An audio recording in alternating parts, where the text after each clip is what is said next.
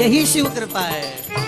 शंभो शरणे मांगो घड़ी रे घड़ी दुख काटो दया करे। मेरी गोदी में आप कहते हो भगवान चप्पल फाड़ कर देता है, बाबा ने 2 संतान मुझे दी है, एक शुभ और एक श्री। दोनों बच्चे आए साथ में, दोनों को थोड़ा सा ऊंचा कर दो। एक पड़ोसन को दो जरा सा, हाथ में लेकर ऊंचा करेगा। हाँ दो जरा, दोनों को ऊंचा कर दो थोड़ा सा। हाँ एक और को ऊंचा करो। हाँ दोनों को ऊंचा कर दो। जोरदार ताली बजाकर हर हर। मेरा विवाह 13 दिसंबर 2015 को हुआ था। विवाह के बाद में संतान का सुख नहीं हुआ। 13 दिसंबर 2015 से मेरे यहाँ कोई संतान नहीं हुई। रतलाम, इंदौर, बड़नागर, बदनावर कई जगह पर चिकित्सालय में अच्छे डॉक्टरों से जांच भी करवाई, पर कहीं संतान का सुख नहीं था। चिंता बढ़ती गई। 4 मार्च 2022 को मम्मी और दीदी के साथ सीहोर गई और महादेव की कथा श्रवण करी। संतान की प्राप्ति के लिए बाबा से विनती करी। इतनी भीड़ थी कि वहां से कंकर भी नहीं उठा सकी, तो मुरम पड़ी थी, उसमें से एक टुकड़ा उठा के लिए उसी को देवादिदेव महादेव की कृपा से रखकर पूजन करने लगी, उसी पर जल चढ़ाने लगी। बाबा की कृपा का क्या बखान करूं गुरुदेव। 2015 से जो संतान नहीं हुई, शिव कृपा से 1 फरवरी 2023 एकादशी के दिन बाबा ने मुझे पुत्र रत्न की प्राप्ति करा दी। इसलिए मैं बालक को लेकर यहाँ पर प्रणाम करने के लिए आई। बच्चा आया है साथ में, गोदी में है। एक बार उसको थोड़ा सा ऊंचा कर दीजिए। हाँ थोड़ा सा ऊंचा कर दो बस, ठीक है। हाँ हर हर महादेव। बैठ जाइए। एक पत्र बड़ा सुंदर आया है। मैं देपालपुर निवासी हूँ। लक्ष्मी नारायण भगवान की बड़ी कृपा, भोलेनाथ जी की बड़ी कृपा। गौरव मनीषा परमार कहीं बैठे हो तो हाथ हिलाइएगा। गौरव मनीषा परमार। गुरुदेव बाबा से क्या वर्णन करूं मैं शिव भक्ति का। संतान का सुख नहीं था, शिव जी से प्रार्थना करी थी और बाबा की कृपा से भोले को जल चढ़ाने का फल क्या होता है। बाबा की कृपा से आज मेरी गोदी में आप कहते हो भगवान चप्पल फाड़ कर देता है, बाबा ने 2 संतान मुझे दी है, एक शुभ और एक श्री। दोनों बच्चे आए साथ में, दोनों को थोड़ा सा ऊंचा कर दो। एक पड़ोसन को दो जरा सा, हाथ में लेकर ऊंचा करेगा। हाँ दो जरा, दोनों को ऊंचा कर दो थोड़ा सा। हाँ एक और को ऊंचा करो। हाँ दोनों को ऊंचा कर दो। जोरदार ताली बजाकर हर हर। हम उसके विश्वास पर जी, हम उसकी दृढ़ता पर जी। आएगा, वो कृपा करने जरूर आएगा। एक बस भरी हुई निकल जाए तो क्या हुआ, दूसरी बस में जगह मिल जाएगी। विश्वास रखना। दूसरी बस भी भरी हुई निकल जाए तो चिंता मत करना, तीसरी बस में जगह मिल जाएगी। तीसरी बस अगर भरी हुई निकल गई तो चिंता मत करना, चौथी बस में जगह मिल जाएगी। और चौथी बस भी अगर भरी हुई मिल जाए तो चिंता मत करना, महादेव किसी ना किसी को तो गाड़ी लेकर भेज ही देगा और पार लगाई निश्चित। और तुम समझ, ये देपालपुर के लोग हल्के पुल्के नहीं, सब समझदार हैं, सब। पूरा देपालपुर पटेलों से भरा पड़ा है, सब समझदार। एक भी हल्का फुल्का नहीं हो रहे तुम, दमदार। मां इंदौर की बॉर्डर क्रॉस करो नहीं, उसके बाद यहां सब पटेल चालू हो जाते हैं। बस बॉर्डर क्रॉस करो नहीं इंदौर की, उसके बाद सब। जितना तो पूरा इंदौर में माल नहीं, उतना तो इधर क्षेत्र में भरिया पड़ा है।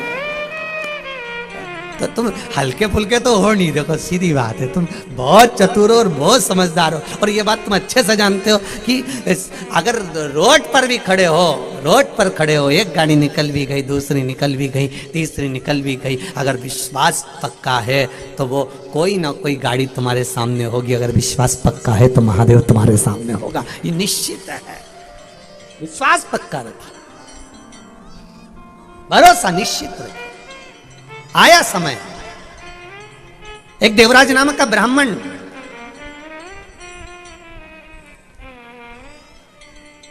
जो कभी भजन करने में जाता ही नहीं था, जिसका चित्त कभी स्मरण में लगा ही नहीं है, जो कभी भक्ति में डूबा ही नहीं है, जो कभी भगवत स्मरण में जाता ही नहीं है, भगवान से बहुत दूरी बनाकर रखा है, बहुत दूरी।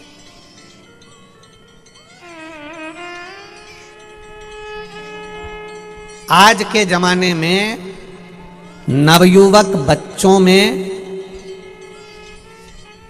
स्कूलों में तिलक हटा दिया, हाथ में बंधी हुई मोली खुलवा दी, चोटी रखकर चले गए तो उपहास किया गया, गले में माला नहीं पहनने दी, तुलसी रुद्राक्ष की। आज के जमाने में लोगों को, घर के बच्चों को, कुछ जगह कुछ लोग आपके घर के बच्चों को सनातन धर्म से दूर हटाने का प्रयास कर रहे हैं। क्या करोगे मंदिर जाकर? क्या करोगे कथा में जाकर? क्या शंकर जी को जल चढ़ाने से सब काम हो जाता है? पर शिव पुराण एक बात भी तो कहती है कि कर्म के साथ में जल चढ़ाइए, सब काम होगा। क्यों नहीं होगा? लोगों ने भटका दिया, सनातन धर्म को एक हटाने का प्रयास किया गया। कुछ नहीं होगा, कुछ नहीं होगा। शिव पुराण कहती है अकाल मृत्यु वो मरे जो काम करे चंडाल का, और काल उसका क्या बिगाड़े जो भक्त हो मां काल का। विश्वास अगर जागेगा, लोग कहते हैं क्या कलयुग में भगवान आता है? मीराबाई कलयुग की तो थी, जो जहर को अमृत कर दिया था। नामदेव जी कलयुग के तो थे, तुकाराम जी कलयुग के तो थे, रामकृष्ण परमहंस कलयुग के तो थे, कर्माबाई कलयुग की तो थी। कौन से ये सतयुग में थे? कौन से ये त्रेता में? कौन से ये द्वापर में? कलयुग में थे। कौन लोग कहते जबरदस्ती के लोग बेवकूफ बनाने में लगे हुए हैं, भगवान तो है ही नहीं, भगवान तो है ही नहीं। और जब माँ अस्पताल में पड़े रहे, वेंटिलेटर पर पड़े रहे, आईसीयू में पड़े रहे, फिर बड़ा रोग शरीर में हो गया और डॉक्टर ने कह दिया उसके भरोसे रहो, तब समझ में आया मैं जिंदगी भर भगवान की निंदा करता रहा, जिंदगी भर परमात्मा को कोसता रहा, जिंदगी भर कहता रहा कि भगवान नहीं, भगवान नहीं, भगवान नहीं। तब समझ में आया कि उसके सिवा अंत में कोई नहीं है, बस वही साथी है। तब समझ में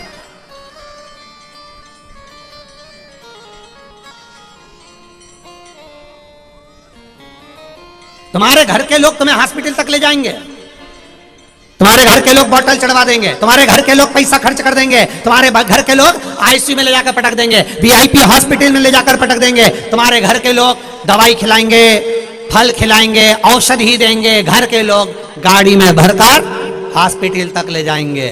पर घर के लोग सब खर्च कर सकते हैं, पर घर के लोग ऊपर से मौत को वापस खींच कर नहीं ला सकते। वो तो केवल कालाधिपति ही ला सकता है, केवल कालाधिपति। एक पत्र आया देखिए,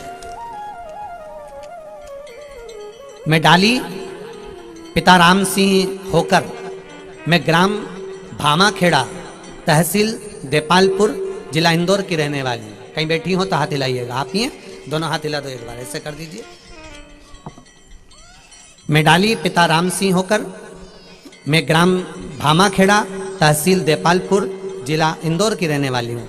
मेरे पिताजी राम सिंह ने इतनी मदिरा का पान किया, इतनी शराब पी ली थी कि गुरुदेव उनका लीवर, किडनी सब खराब हो गया था। डॉक्टर ने मना बोल दिया था कि वह बचेंगे नहीं और कोई उम्मीद भी नहीं है। बाबा, पिता के सिवा दुनिया में दौलत कौन सी है? गुरुदेव, मेरे पिता ही मेरी दौलत है। भले वो मदिरा का पान किए, शरीर उनका काम करना बंद कर दिया, पर पिता तो पिता होता है ना गुरुदेव। कैसा भी है पर बाप तो बाप है। उसको पलंग पर मरता हुआ या सड़ता हुआ एक पुत्र या पुत्री नहीं देख सकते गुरुदेव। पिता के लिए डॉक्टर ने मना कर दिया था, मैंने भी भोलेनाथ पर विश्वास करा। आपकी कथा सुनती हूं ना गुरुदेव, तो एक लोटा जल चढ़ाना प्रारंभ करा, भोलेनाथ पर जल चढ़ाया, श्री शिवाय नमस्तुभ्यम का जाप किया।